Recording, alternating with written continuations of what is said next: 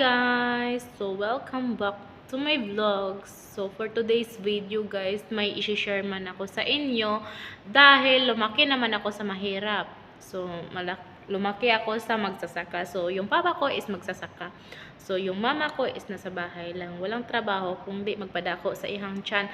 So ngayon guys, i-share ko lang sa inyo dahil dinala ko sa Qatar yung pagka-farmer ng papa ko. So nahawa na din ako sa kanya sa pagtatanim. So ngayon guys, alam nyo or hindi nyo pa alam, i-share ko sa inyo na binilihan ako ng amo ko ng charan! Kasi habang nandito daw ako sa kanya, ipapatanim niya sa akin nito para mapakinabangan daw niya ako. Sana all. So ayan guys, alam niyo guys or hindi niyo alam kung saan galing to. Ay hindi niyo pa alam kasi i-share ko pa nga, 'di ba? So, ito guys ay galing sa Turkey. Doon pa siya nagbumili para sa akin.